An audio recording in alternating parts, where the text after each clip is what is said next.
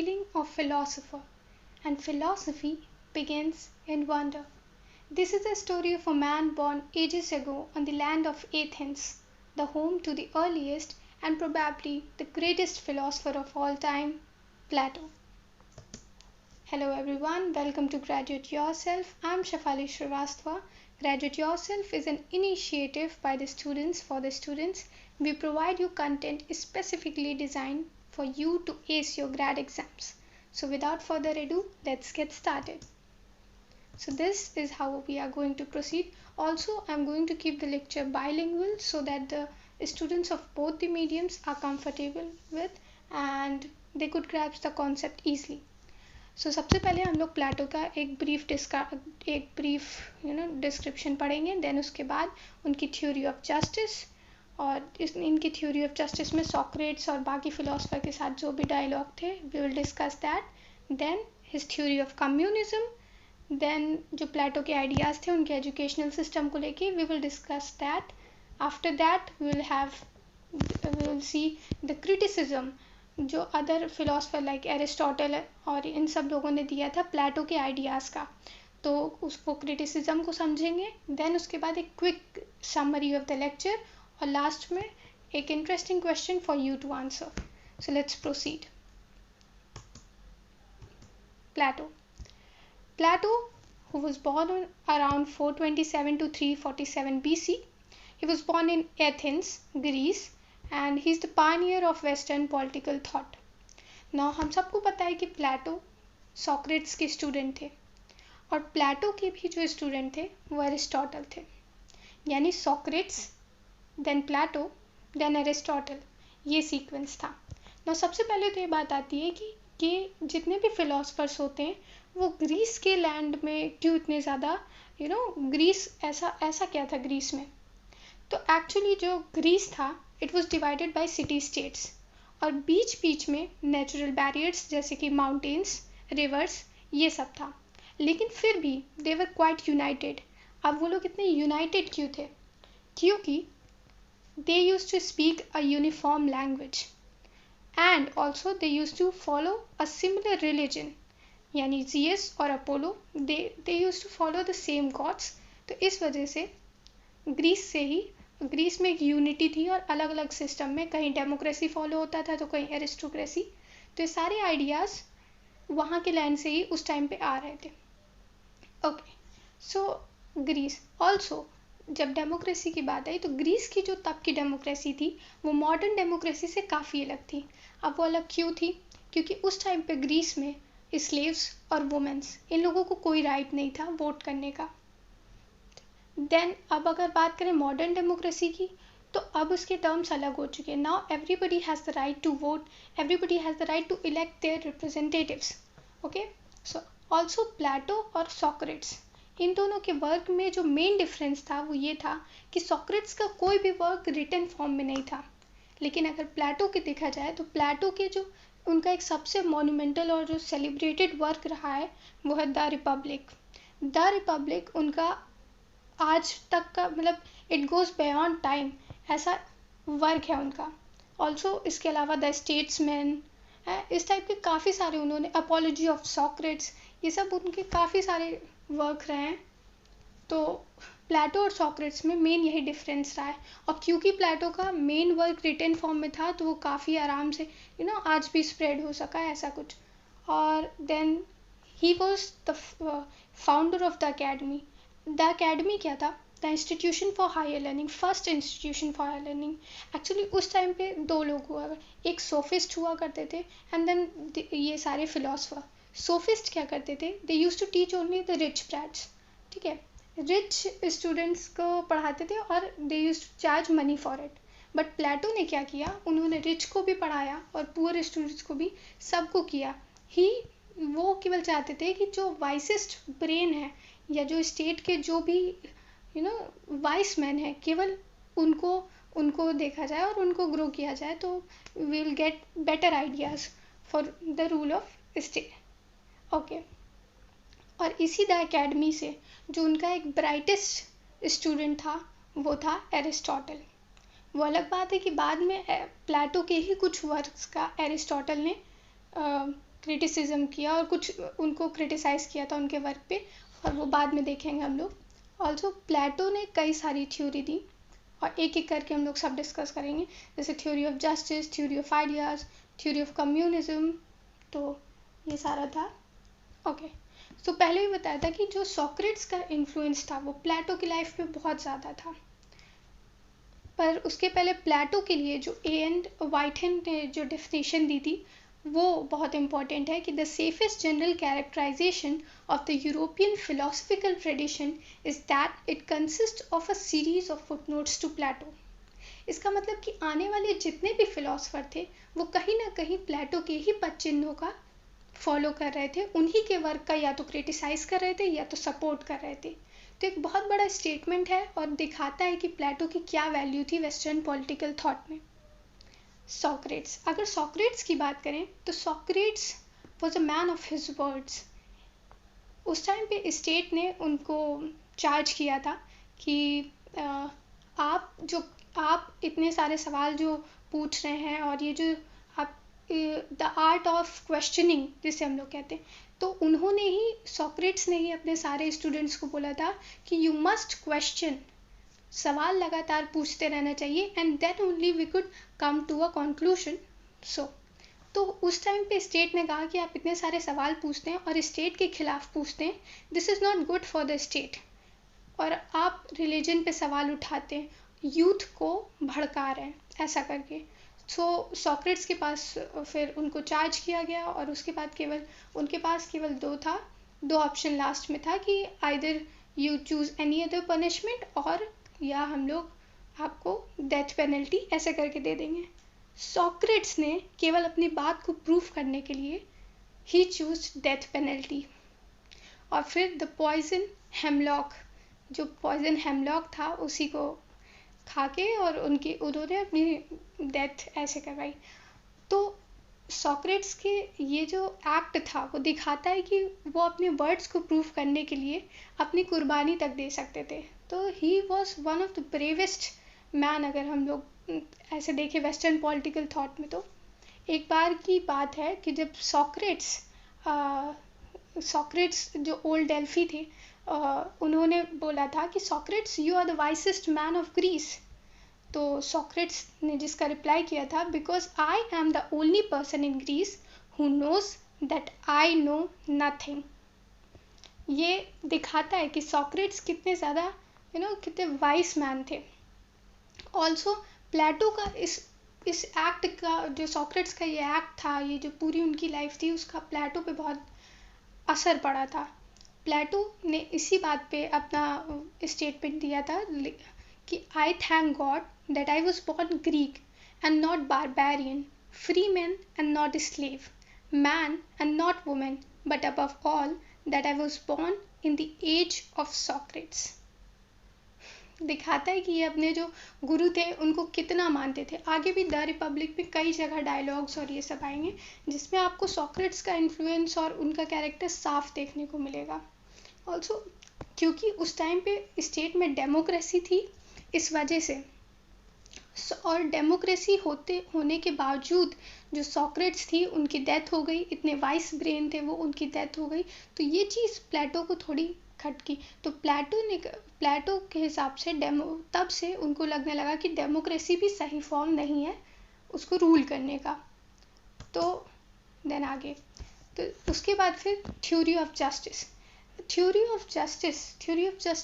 एक सोक्रेट्स और प्लेटो, ये लोग अधिकतर ढूंढते थे कि what is the meaning of justice, what is the meaning of equality, what is the meaning of liberty. ये सब जैसे हम लोग आजकल अभी तक डिबेट करते हैं कि what is what.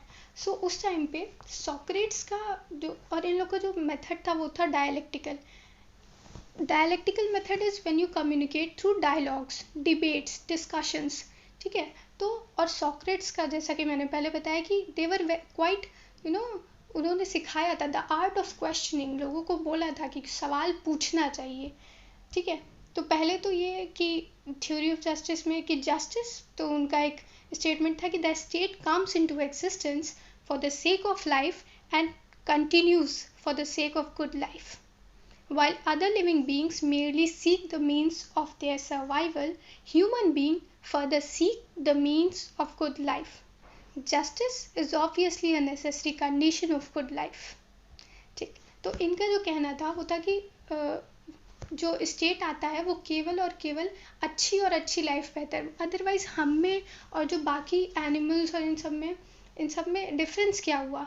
We not only seek the means for survival, but we always seek to make our lives better, to make our lives more luxurious, and live peaceful life. Okay, इसी पे जब dialectical method यानी dialogues और discussion से जब बात होती है तो it says when mutually contradictory ideas clash with each other, they tend to destroy each other's untenable paths, and only truth is left behind.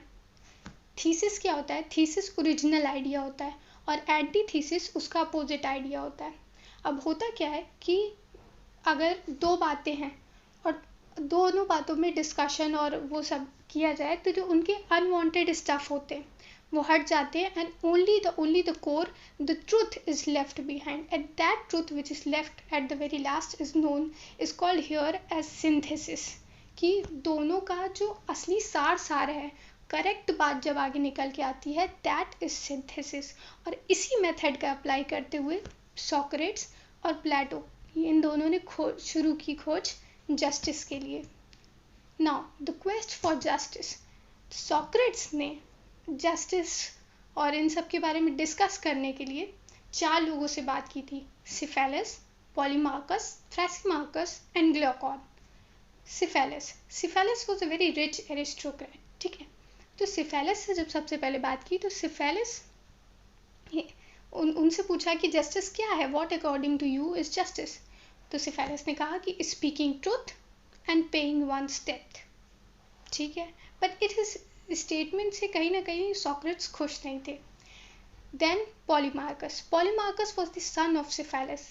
पॉलीमार्कस से जब बात हुई तो पॉलीमार्कस ने कहा कि being good to friends and evil to enemies is what justice is all about. दोस्तों से अच्छा रहना और बुरे लोगों से बुरा रहना, this is what justice. But Socrates का कहना था कि हाउ विल यू डिसाइड कि तुम्हारे दोस्त कौन है और तुम्हारे दुश्मन कौन है. ठीक. Then Thrasymachus was a kind of sophist. ठीक है, तो उनका कहना था, उन्होंने सोफिस्ट वे में कहा कि might is right and justice is always for the interest of the stronger. Justice जो होता है वो केवल और केवल पावरफुल लोगों के लिए बना होता है और इस तरीके से. लेकिन ग्लूकॉन जो फोर्थ फिलोसफर, उन्होंने कहा कि justice is more for the interest of the weak. क्योंकि अगर कोई गरीब है तो उसको जस्टिस की ज़्यादा ज़रूरत है, उसको न्याय की ज़्यादा ज़रूरत है. इस तरीके से बात आगे बढ़ी. तो फिर भी सोक्रेट्स किसी भी स्टेटमेंट से खुश नहीं थे. तो जब इन चारों ने फिर एक एक करके पूछा कि सोक्रेट्स हमसे तो पूछ लिया, now what according to you is justice, to which Socrates replied कि justice is a relation among individuals depending on the type of social organization in which they live. अब इस स्टेटमेंट का मैं आगे बताऊंगी आपको, और इसका काफ़ी एक्सप्लेन्ड वे में प्लेटो ने इसको साफ दिलाया. और इसका सबसे पहले तो कि नेचर क्या होना चाहिए जस्टिस का. ठीक है, तो justice is a blessing. It is not only conducive to happiness, it is a necessary condition of happiness. ठीक है, इसके पहले मैं कहना चाहूँ कि अभी जो लास्ट में justice is a relation among individual और सोशल ऑर्गेनाइजेशन, तो एक्चुअली उसमें कहना क्या चाहते थे सोक्रेट्स, जिसको बाद में प्लेटो ने काफ़ी सिंप्लीफाइड वे में बताया. उनका कहना था कि जो हमारा नॉर्मल सिटी होता है, ठीक है, वो क्या होता है, city, any ordinary city is in fact 2 cities. One, the city of poor, and the other, the city of the rich. Each at war with other, and in either division there are smaller ones. You would make a great mistake if you treated them as single states. मतलब इसका सीधा सा यही था कि जो भी city होती है वो नॉर्मली 2 लोग में बटी होती है, एक जो पुअर लोग होते हैं, एक जो अमीर लोग होते हैं, और अगर we try to mix them with each other then that is going to be a great mistake. ठीक है, सो अब ये बात तो ठीक थी। ऑल्सो प्लेटो का कहना था कि जैसे लोग होंगे, जैसा रूलर होगा वैसा ही स्टेट, अरे जैसे लाइक मैन लाइक स्टेट, जो भी रूल जैसे भी करेगा वैसा ही उसका पूरा स्टेट होगा। So the emperor should be a good one, जो भी रूल करे that should be powerful, you know, that should be vice. और डेमोक्रेसी के वैसे ही प्लेटो खिलाफ थे, क्योंकि सोक्रेट्स का जो इंसिडेंट था वो उनके दिमाग में वैसे ही था। तो उन्होंने डेमोक्रेसी पे एक जो बहुत स्ट्रॉन्ग स्टेटमेंट दिया उसके अगेंस्ट, वो ये था कि mob rule is rough sea for the ship of state to ride, every wind of oratory stirs up the waters and deflects the course. The crowd loves flattery. It is so hunger for honey that at the wiliest and most unscrupulous flatterer, calling himself the protector of the people, rises to supreme power. इसका मतलब है कि जो जनता होती है that is so hungry for Honey, वो केवल मीठे शब्द सुनने की इतने ज़्यादा होती है कि they are not able to choose the right candidate or the right person to rule the state ना।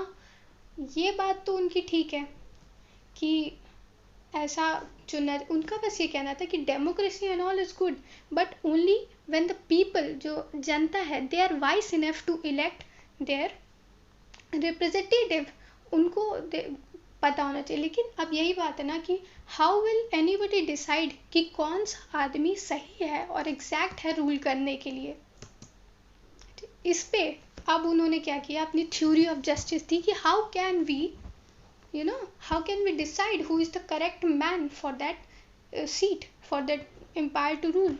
ठीक है, तो उन्होंने क्या किया, सोशल क्लास को 3 डिविजन्स में बांट दिया, ट्रेडर्स, सोल्जर्स एंड फिलोसोफर्स, और बताया कि जो ह्यूमन की टेंडेंसी होती है उसके अकॉर्डिंग उन्होंने ये डिवीजन किया है, डिज़ायर, इमोशन एंड नॉलेज। कुछ लोग का क्या होता है, मनी माइंडेड और they are always for profit and gain, तो they are the ones who desire of things, तो उनको उन्होंने ट्रेडर्स की कैटेगरी में रखा कि जिसके पास ये डोमिनेंट ट्रेड होगा they will be traders. Then for courage and all, जिनके जो who step on the ground to win, जिनका इमोशन स्ट्रांग होता है, they will be soldiers. And thirdly knowledge. अब कुछ लोग ऐसे होते हैं they who seek for the meaning of life, जिनको लगता है कि हाँ we could find the meaning of justice, equality and different things. तो ये जो मीनिंग सीकिंग क्रिएचर्स होते हैं, इनको उन्होंने फिलोसफर्स की उस पर रखा।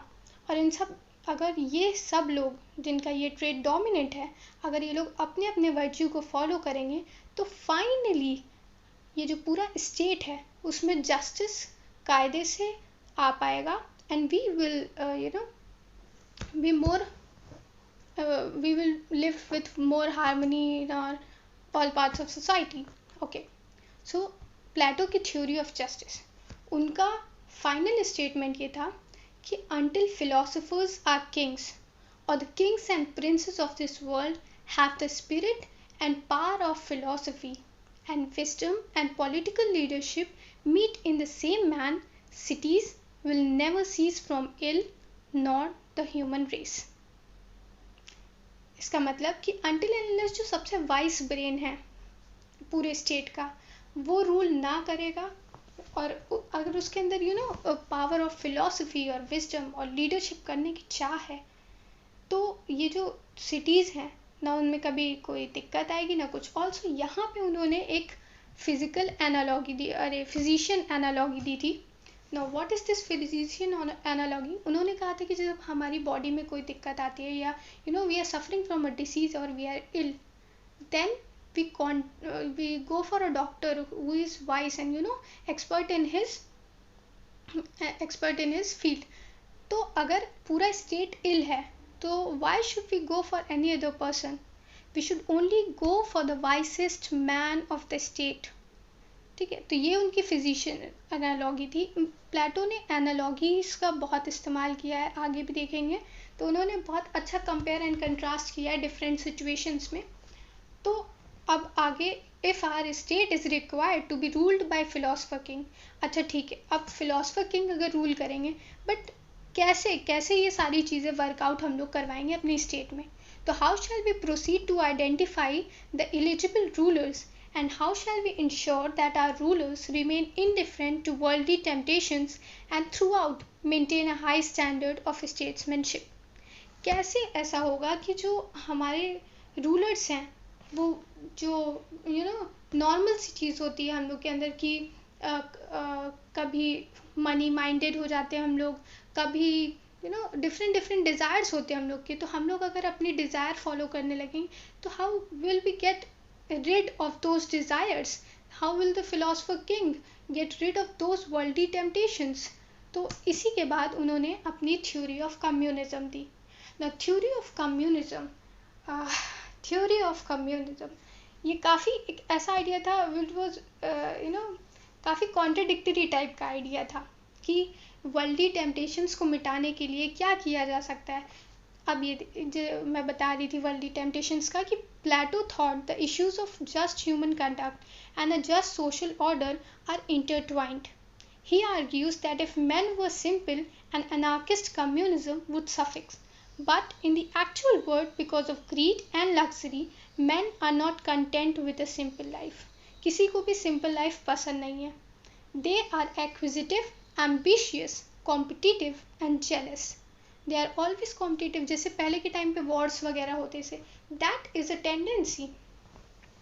तो अब इन्होंने क्या किया, उस चीज़ को रिमूव करने के लिए या उस चीज़ को वैसे करने, तो उन्होंने क्या किया, फिलोसफर्स और सोल्जर्स और ट्रेडर्स, ये तीन सोशल क्लास बनाई थी उन्होंने। तो उन्होंने फिलोसफर्स और सोल्जर्स इन दोनों को गार्जियन क्लास का नाम दिया, और गार्जियन क्लास को इन्होंने थोड़ा सुपीरियर बताया एज कम्पेयर टू ट्रेडर्स। अभी आगे हम लोग देखेंगे। और उनको to make them free from corruption, ये थ्योरी उन्होंने दी थी। अब इन लोगों के मन में कोई भी वर्ल्डली टेम्पटेशंस या कुछ भी डिज़ायर उतनी ना रहे, इस वजह से उन्होंने अपनी ये थ्योरी ही put this forward. Okay, communism of property and wives.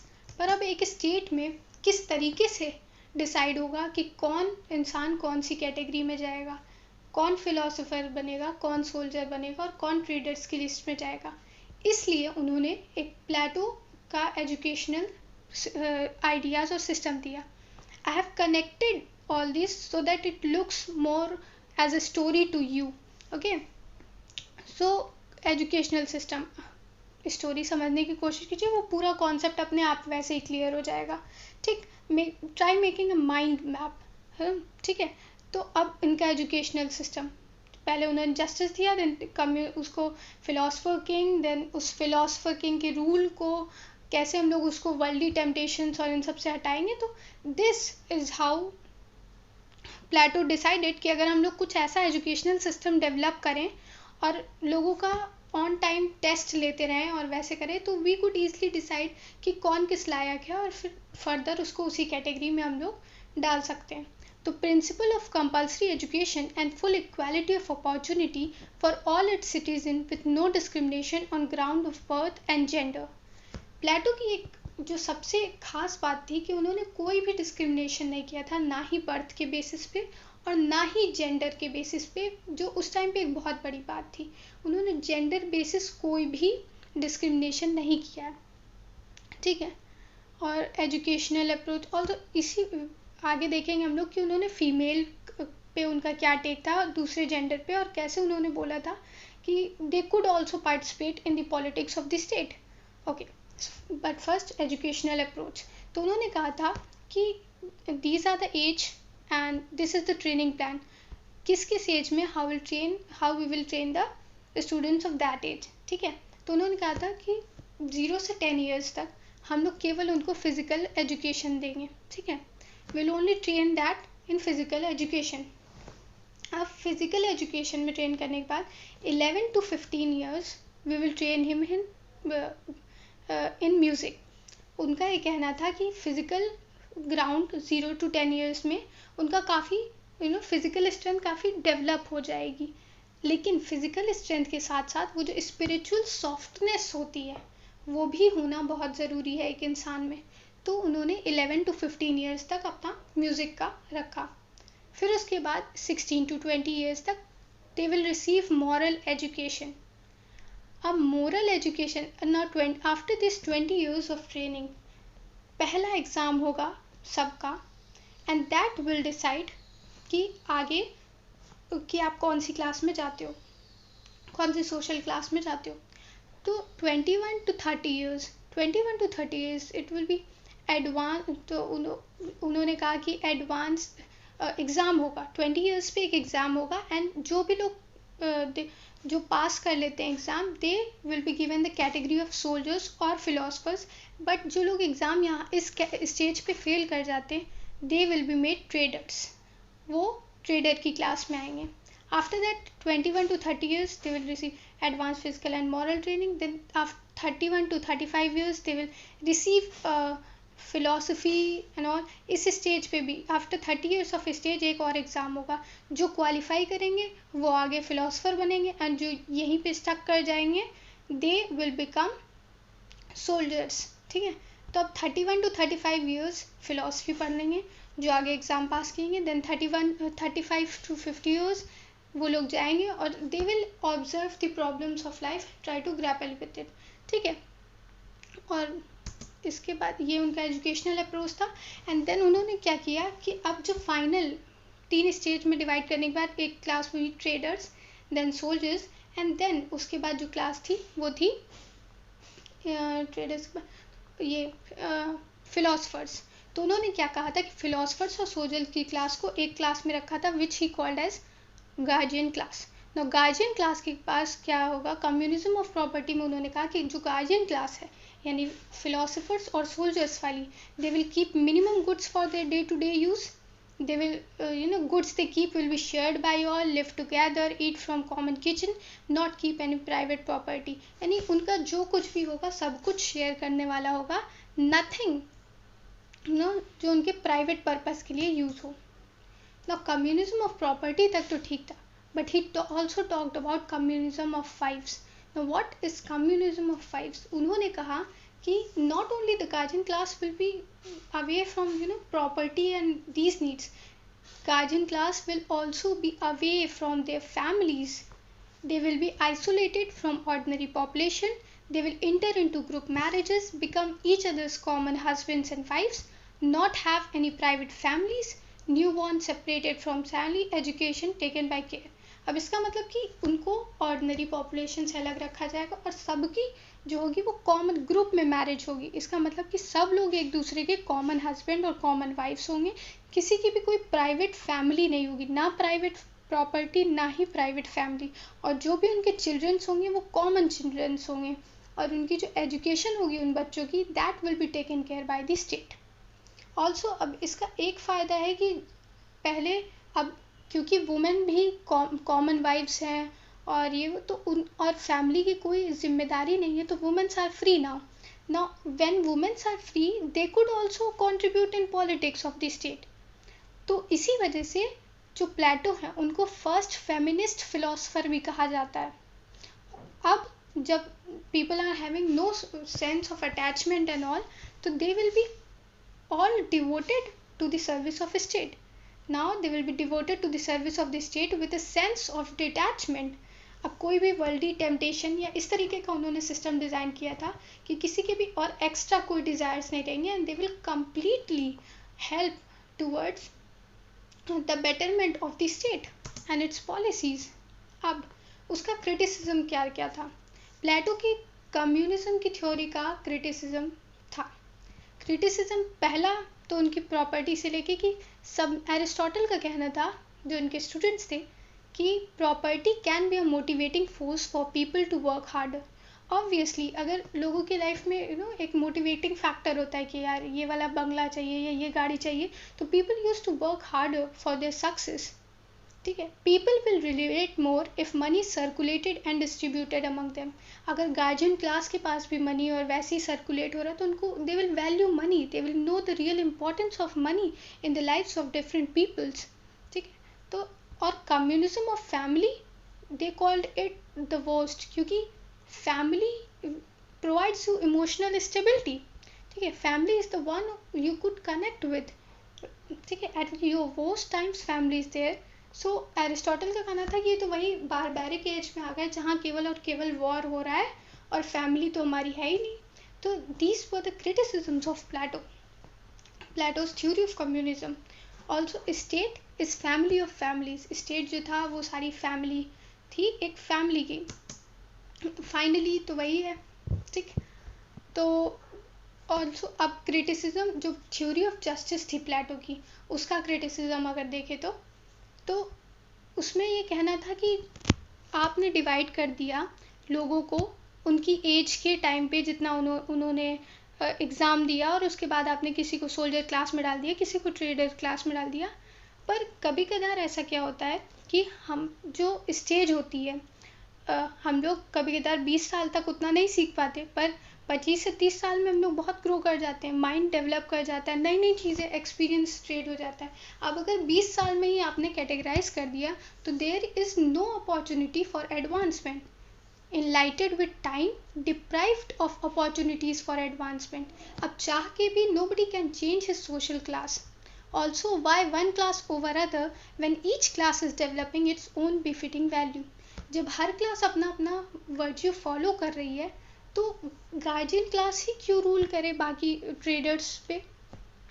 इसका मतलब कहीं ना कहीं आप मटेरियल पावर, जो पैसे की पावर है, और उसको आप सब ऑर्डिनेट समझते हैं मोरल पावर के, यानी आपके लिए विजडम और ये सब ज़्यादा इम्पॉर्टेंट है, जबकि एक्चुअली में सबकी उतनी ही वैल्यू होनी चाहिए.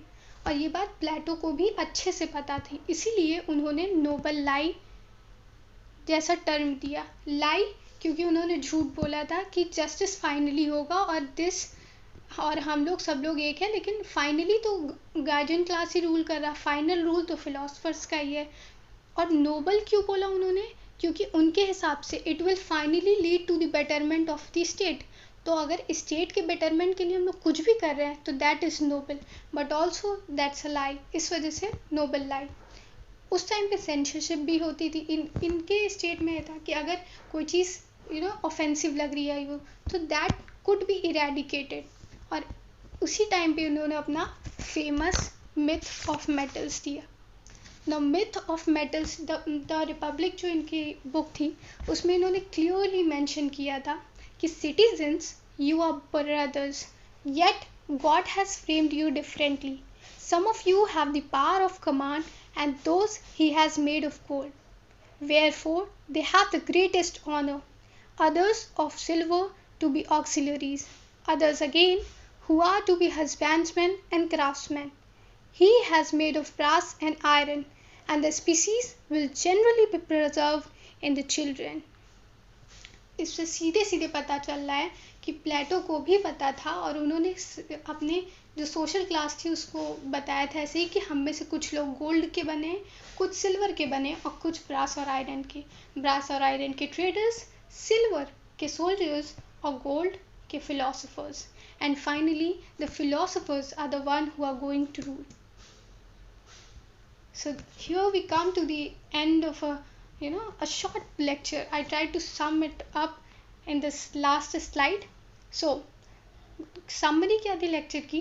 We discussed about Plato's theory of justice, Plato's theory of communism, of property, why his educational system. And now what's the summary of the lecture? So see, criticisms थे, but still Plato का जो idea था, Plato's idea of establishing the rule of wisdom was certainly admirable, but his project of arming the rulers with absolute power implied stagnation and denial of freedom to citizens. कि finally तो एक class rule कर ही रही है, philosophers की class rule कर ही रही है, बट स्टिल इनका जो आइडिया था रूल ऑफ विजडम का, दैट वाज प्रिटी गुड. और his opposition to democracy was a part of his project to replace the rule of democracy by the rule of wisdom. But it should not be forgotten that he was deeply concerned with welfare of the people, which is the substance of democracy. प्लेटो की कई writing में हम लोग को बार बार पता चला है कि प्लेटो was the one who was deeply concerned with the welfare of the state. Finally वो केवल और केवल स्टेट का भला चाहते थे, चाहे वो जिस भी सिस्टम से चाहें. ऑल्सो प्लेटो का जो वर्क था वो still pioneer of the western political thought, मतलब ही lead us towards a very new kind of field. He developed those terms of justice and equality in our minds.